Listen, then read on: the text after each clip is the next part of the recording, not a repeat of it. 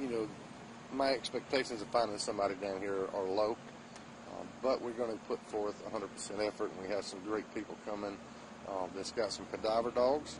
I've got men and women that are trained in these searches coming here. I've had a gentleman that has offered me an x-ray machine that will go, I think he said 5 to 7 feet underground without disturbing it, and it beats a lot of digging. So, and this is pretty specific what this tool is. So we're going to use those things if necessary. But I think the best thing that we can do is if you're hearing this and know where we are, if you just keep the area clear, let our team get in and out and search, and then you can come and do what you got to do. We will certainly take prayers and would request prayers for all people and party that are searching. And I want you to remember this. When you mention Todd Kohlhepp, I don't want the victims to be remembered just by him. There was so much more than that. You know, these families are still struggling, trying to make any kind of sense of their loved ones getting gone and how that happened. So this has affected a lot of people. So, what can you tell us about this search area down there? Well, it's thick woods. There is a home down there, and we've been in contact with a homeowner to let them know that we certainly won't be disturbing them in any way. And everybody's been very cooperative with us on that part. Is this residential property, or is this?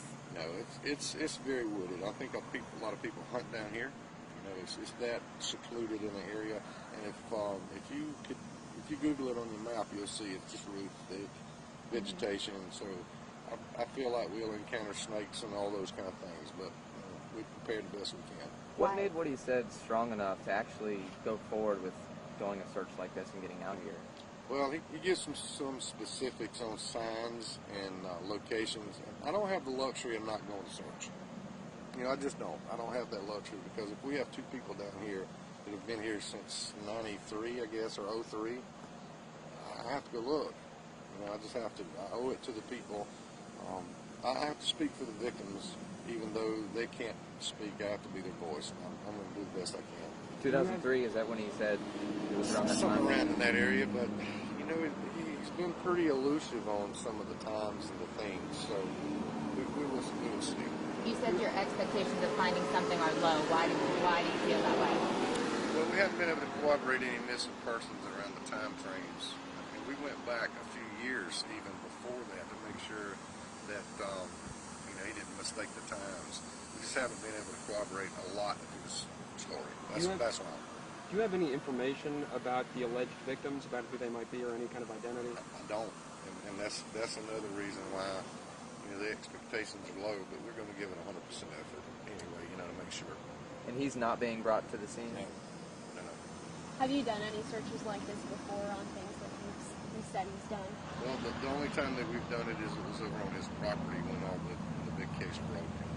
You know, we had a lot of volunteers, a lot of equipment, a lot of things that happened. So that's the last one. He hasn't given us any more information. And did you find anything during the last time he told you there was more people there?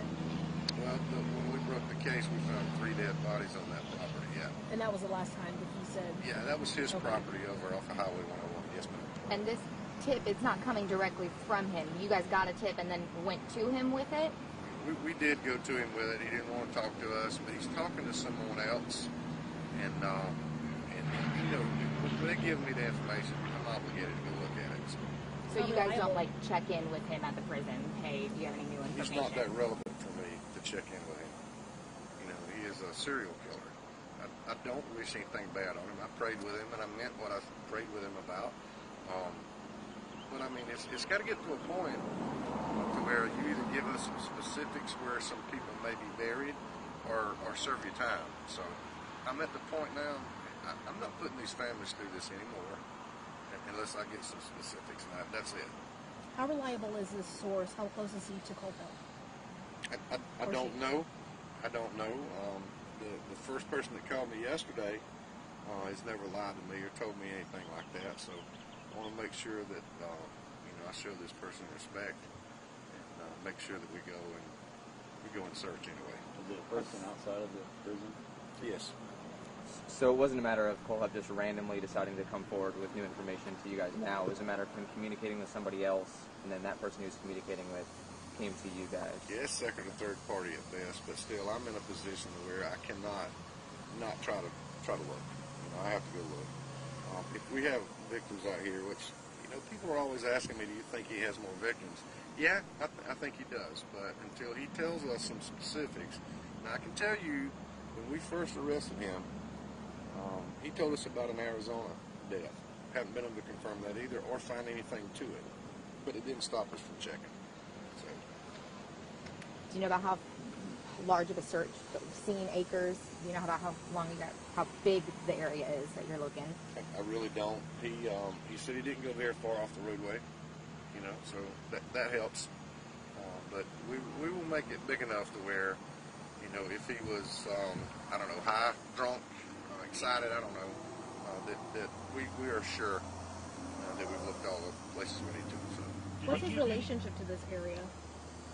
I mean, I don't know much about Todd Kohlhepp. I know he had a pilot's license, and he was a realtor, so I don't know. Back at the time he said this may have happened, I don't think he was a realtor, so I really don't have an issue or an idea. And the reason I asked is because we drove down there, and it's a pretty, you know, it's one of those areas, unless you know it, That's you right. know you don't know to tell someone to come here. It dead ends on both sides there, so it seems, I don't know, almost like the perfect location to carry out a crime like that.